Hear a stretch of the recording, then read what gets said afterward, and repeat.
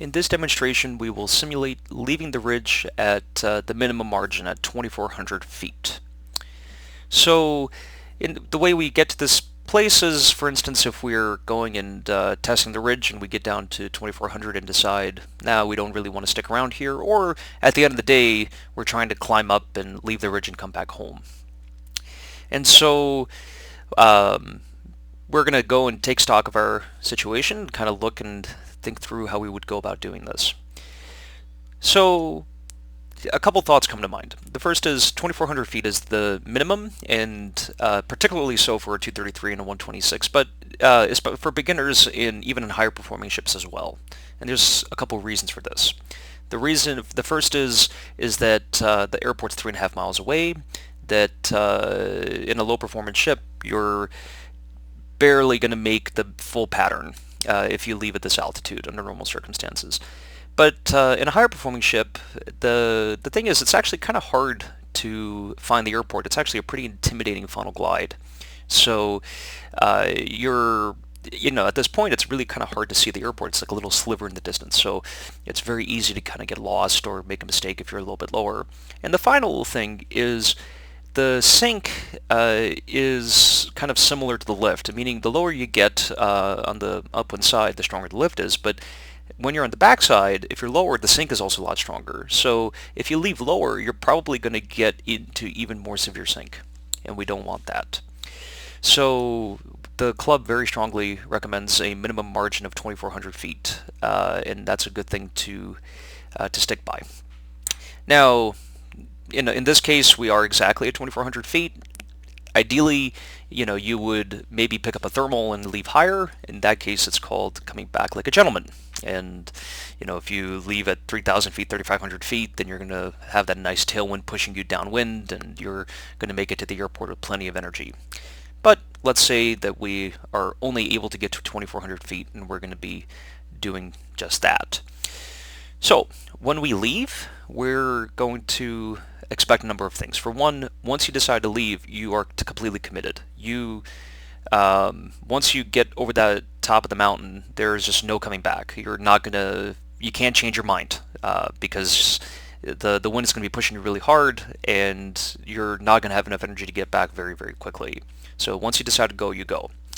The next thing is we're going to anticipate hitting a lot of sink on that backside. And that's normal. It's temporary. It's not going to go the whole way to the airport, but you need to be ready to hit 10 down for a little while and watch your glide angle get much worse very quickly.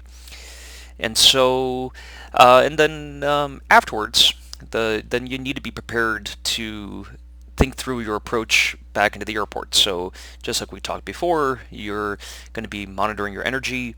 If you're a little bit lower, then you're going to expect to make a non-standard approach. You're not going to want to make a low energy pattern once you get back home. That's another significant point. So let's go and see how this goes.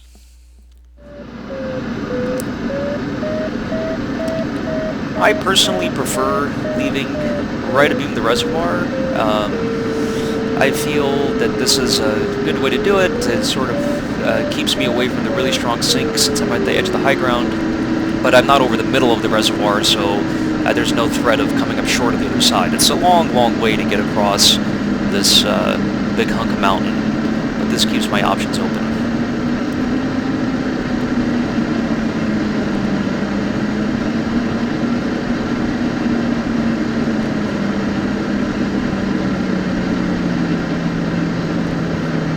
Alright, here comes the sink. At this point, I'm going to start speeding up to about 70, 75 miles an hour.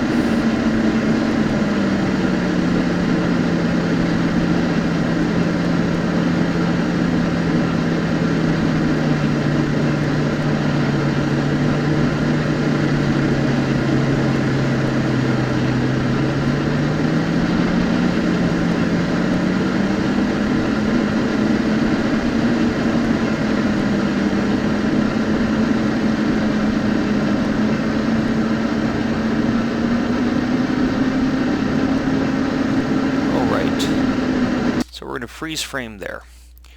So let's think through a couple things here. The first is, notice that we're at 1,800 feet over this hill here. And there's two kind of issues. The first is, put yourself 500 feet lower here. So let's say that we left at 1,900 feet, and you're at 1,300 feet over here. And that would be a much scarier place. The other thing is, when you leave lower, you actually might hit even stronger sink, so it would be even lower if you left lower at this point. And it certainly has happened where people are basically just pretty much skimming along the treetops, out gliding the terrain, coming back home, and that's a very unpleasant place to be. And when people have left low and they get into that really strong sink, and then they struggle with seeing the airport.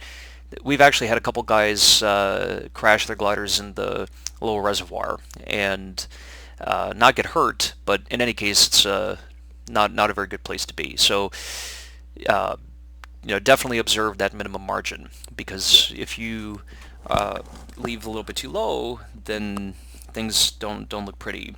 But then once you do hit that strong sink, and in this case it went down to about -8, but it can go even more.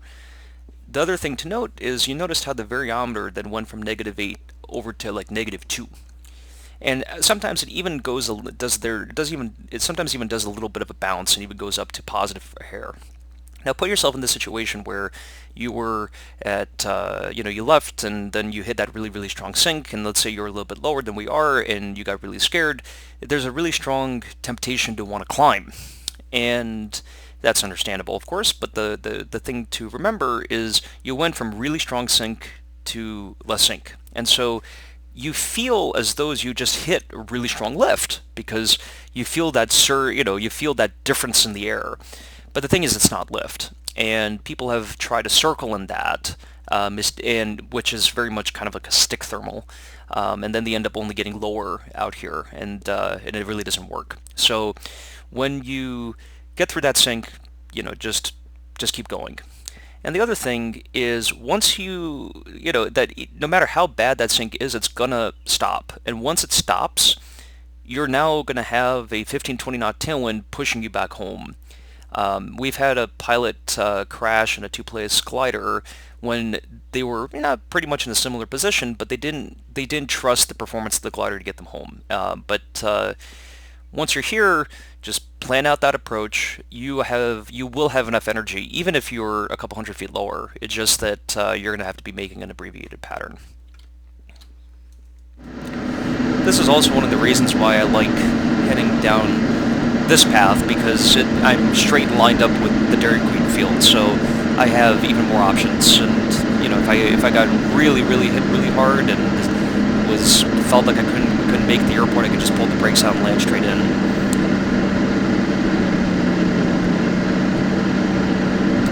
Now, in this case, we're getting down to about 1,500 feet, and as you can see, we don't have a tremendous amount of energy here.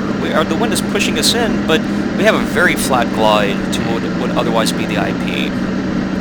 Now, in the interest of maintaining more energy, okay, maybe on a more calm day that this might be just enough to do it, but we really want to maintain excess energy in the pattern on a day like today.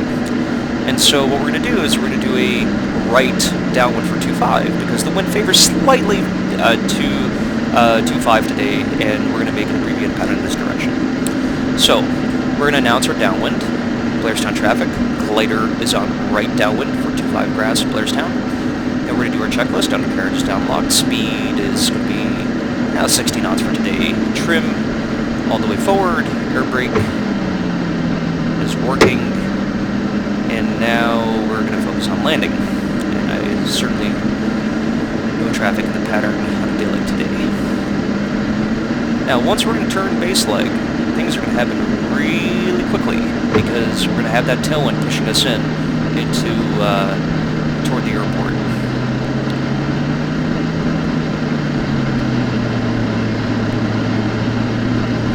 Fine, it's clear. And then I'm going to be planning to make that turn fairly early, because the wind's going to be drifting us in. now I'm going to go and transition to that slip. Keep my speed up, down into the surface.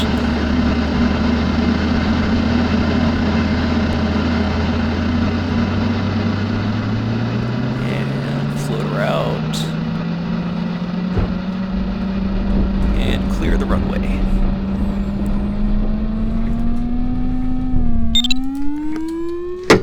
So there we have it.